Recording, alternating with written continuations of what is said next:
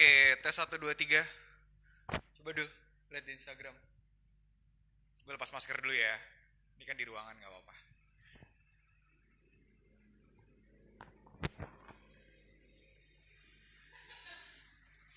Udah lah.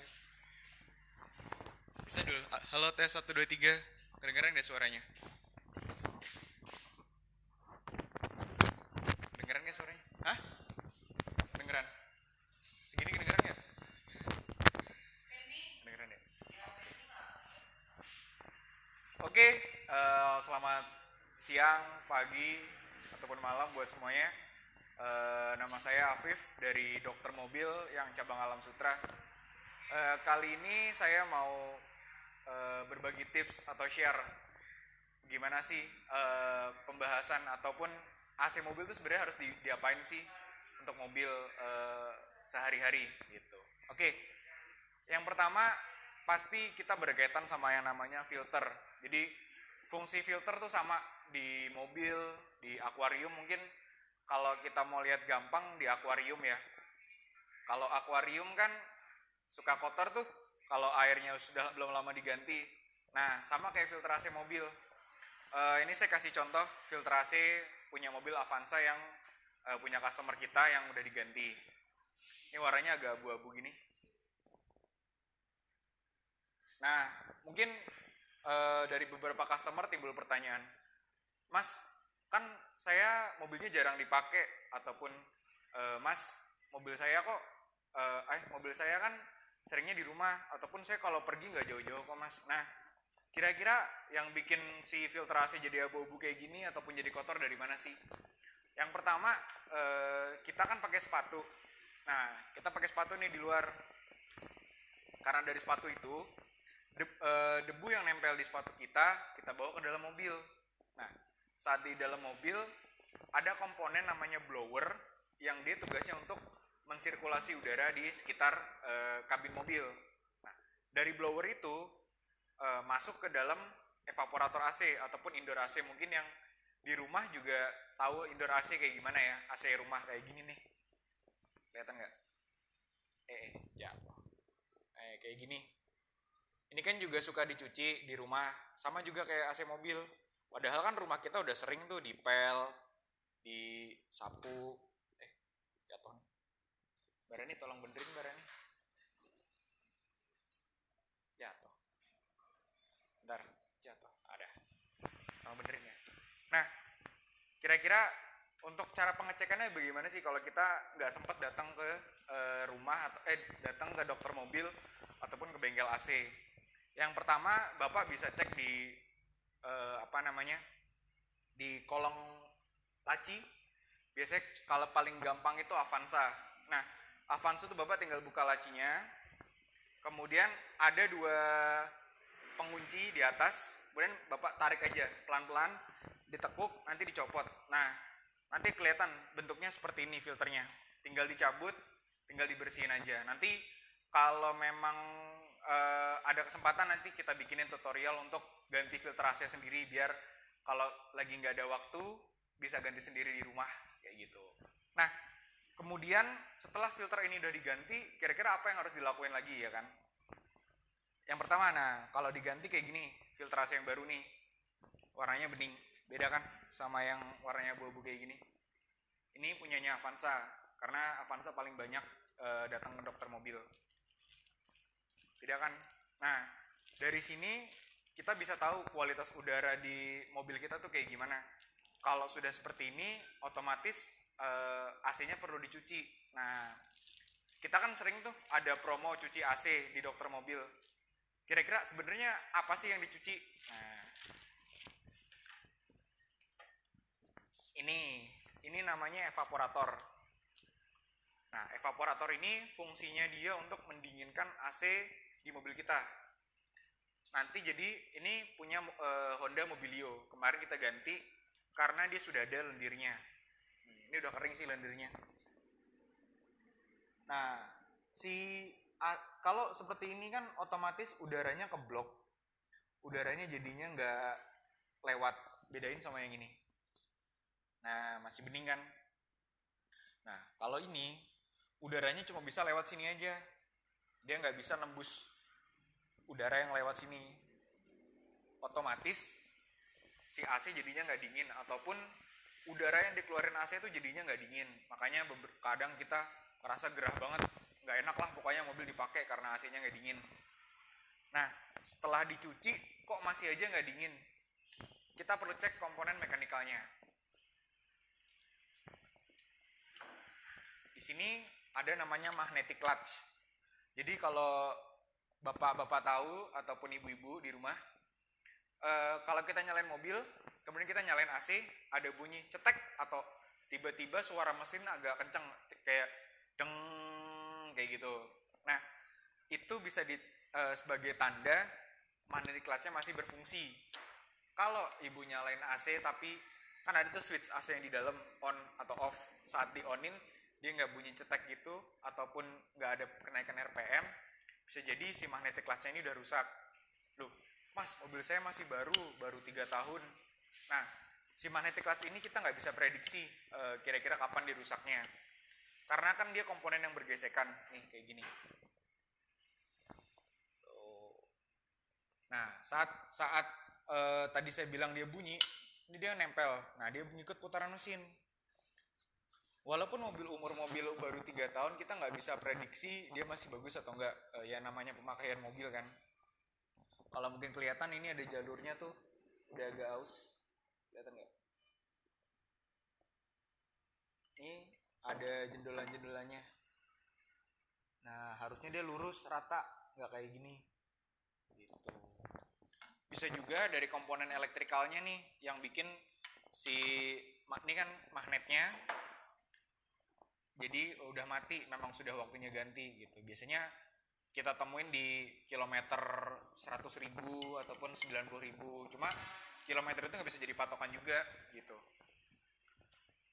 Ini magnetic clutch namanya di AC. Ini bisa jadi salah satu penyebab AC nggak dingin juga. Kemudian yang ketiga, 1, 2, 3, keempat. Sampai lupa ngitung saya.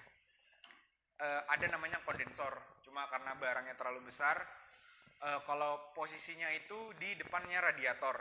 Jadi kalau kita suka ngelihat mobil kita nih, terus ada kayak jaring laba-labanya, sarang lebah, ada garis-garis gitu. Nah, itu namanya kondensor yang di sebelahnya radiator. Kita perlu cek juga apakah ada bercak oli ataupun ada kayak minyak-minyaknya tuh di sekitar situ. Di mobil yang AC yang sehat itu nggak boleh ada kayak gitu. Dia harusnya bersih aja. Kalaupun kotor, hanya kotoran debu, nggak ada kotoran minyak sama sekali di depannya radiator yang kondensornya itu. Nah, kalau misalkan ada bercak ataupun ada minyak-minyaknya, ada dua kemungkinan. Yang pertama, kecipratan oli saat ganti oli. Yang kedua, ada kebocoran. Nah, kalau untuk mau ngecek kebocorannya, lebih baik datang ke dokter mobil aja. Kalau bapak di rumah nggak punya alat namanya manifold gauge. Nah, itu manifold itu kita pakai untuk mengecek tekanan AC. Seberapa besar sih tekanannya gitu. Kalau mobil normal itu tekanannya itu 200 untuk yang tekanan freonnya. Kalau untuk tekanan kompresornya itu sekitar 20-40. Nah, kalau mau konsultasi lebih lanjut, mau tanya-tanya dulu boleh datang ke dokter mobil Alam Sutra di Jalan Raya Serpong, kilometer 7 nomor 88. Nah, tadi kan udah ada 4 komponen yang saya sebutin kenapa kok AC itu perlu dirawat ataupun AC itu perlu dilakukan maintenance. Nah, yang terakhir ada namanya kompresor. Nah, lumayan berat nih. Ini kompresor nih. Ini kompresornya Mazda 2. Kita sudah pernah ganti mobilnya tahun 2018 kalau nggak salah. Dia ngeluhin kompresornya udah bunyi. Padahal kalau 2018 itu mobil baru lah ya, baru 2 tahun. Tapi kok sudah bunyi. Nah, makanya kalau komponen kayak gini kita nggak bisa prediksi bagaimana dia rusaknya. Ya namanya pemakaian sehari-hari kan. Jadi untuk kasus ini si customer ngeluh kompresornya rusak. Kompresornya bunyi gitu, bunyinya agak kasar. Kemudian saat kita cek ternyata tekanan freonnya kurang gitu. Terus pas kita cek juga dia ada rembesan di bodi kompresornya. Jadi ada kemungkinan besar untuk bocor. Kemudian kita tawarkan ke customer, Pak, kemungkinan besar ini kompresornya bocor. Kalau mau kita coba cek dulu, kita bongkar, kita cek di luar bagaimana, apakah memang beneran bocor. Kemudian pas kita bongkar, kita cek, kita punya alatnya untuk cek bocor. Benar, ternyata ada kebocoran di bodi kompresornya. Nah, si freon bocornya dari sini nih, dari kompresornya. Padahal umur mobil baru 2 tahun kurang lebih. Nah, ini juga jadi perhatian buat teman-teman semua. Di kami, di dokter mobil, untuk melakukan penggantian part, kita harus cek lebih dulu. Nggak bisa langsung, wah ini udah pasti bocor ininya, wah kalau ganti ini sudah pasti berhasil. Ya. Kalau di kami, kita lebih prefer cek dulu. Makanya bapak atau ibu yang pernah nanya, mas ganti komponen ini berapa ya? Kayak gitu. Kalau itu kita mungkin bisa estimasi, cuma lebih baik datang ke bengkel dulu nih. Nah, saat di bengkel kita bisa tahu kira-kira komponen apa yang perlu diganti, yang nggak perlu diganti apa, dan perawatan apa yang cocok untuk mobil bapak ataupun mobil ibu semua. Kayak gitu. Nah, saat si kompresor ini diganti, otomatis si freon kan keluar. Kemudian oli kompresor dan oli-oli di sistem AC itu kan keluar juga. Nah, kita ada treatment namanya flushing. Flushing itu jadi kayak kita nge-flush, kita cuci sistem AC-nya, sistem mekanikal. Dari si kompresor ini ke kondensor, ke ekspansi, dan ke evaporator. Ini contohnya kayak gini. Nanti kita posting juga cara kerja sistem AC biar bapak-bapak atau ibu-ibu biar lebih gampang. Ini ada di domotor kita. Jadi ini udah sistem AC. Jatuh. Maaf, jatuh HP-nya.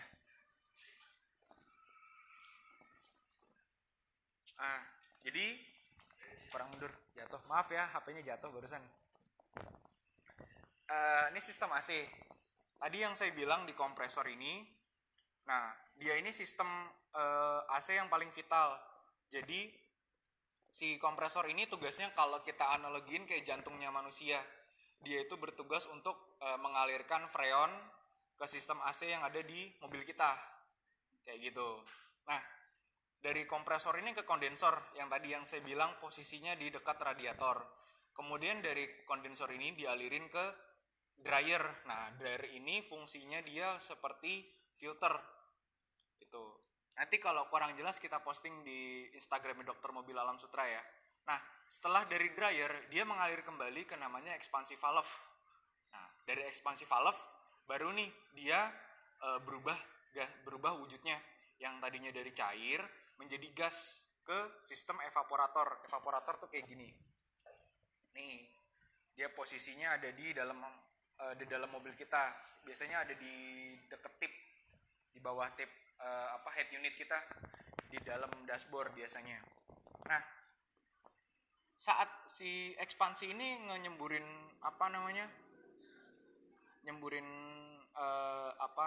freon, nah makanya si evaporator jadi dingin. Oke, sebentar, ada pertanyaan dari Mas Zaid Muhammad. Mas mau tanya, flushing bagusnya kapan mas? Nah, flushing itu dilakukan kalau dari rekomendasi dokter mobil itu 20.000 km dari ganti oli kompresornya. Jadi kita cek dulu nih dari mobilnya, kira-kira si kompresor ini tekanannya berapa gitu. Contoh kan tadi saya bilang di tekanan 20 sampai 40 maksimalnya. Kalau tekanannya sudah lebih dari 40, itu kita saranin jangan di flushing gitu. Kita cek dulu komponennya. Kalau ditanya berapa jaraknya, itu per 20.000 km. Jadi jarak 20.000 km itu ya sekitar 2 tahun lah. Kita kan setahun paling sekitar 10.000 km. Jadi 2 tahun 20.000 lah gitu. Jadi setelah 20.000 km nanti dicek lagi nih di bengkel sini, di Dokter Mobil Alam Sutra ataupun di cabang-cabang yang lain. Boleh di cabang dokter mobil yang lain. Itu Mas Zaid. Oke, lanjut ya. Ini evaporator kan tadi saya bilang, si evaporator ini kan dia jadinya dingin. Nah, dari evaporator ini dia balik lagi nih ke kompresor. Nah, karena disedot sama kompresor. Dari kompresor muter lagi ke sistem AC yang lainnya gitu. Nah, Kemudian ada di beberapa di mobil Eropa itu ada namanya low pressure sensor. Jadi dia untuk mengecek tekanan dari freonnya. Kayak gitu. Kalau itu perlu dilakukan lebih lanjut sih kalau mobil Eropa gitu. Oke, ada pertanyaan lain yang tadi ini oli kompresor. Nah, ini saya ada contoh oli kompresor punya customer yang sebelum diganti ataupun belum di flashing.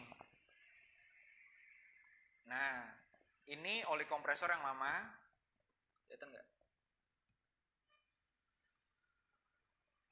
Ini oli kompresor yang lama, warnanya agak kuning. Nah, ini kalau udah kita flashing, kita ganti, jadinya bening kayak gini nih. Gitu. Nah, perbandingannya jauh kan? Dia sama kayak oli mesin, dia perlu diganti juga. Kayak gitu. Itu sih paling perawatan yang harus dilakuin buat semua customer yang mau merawat AC mobilnya. Kayak gitu. Oke, mungkin sekian, nanti kita berlanjut live lagi, kita posting juga cara kerja AC bagaimana, kemudian apa saja tips-tips dan cara-cara perawatan AC selanjutnya. Oke, terima kasih. Selamat weekend semua. Assalamualaikum. Kan gimana, Ren? Udah selesai. Udah nih, udah sekali aja.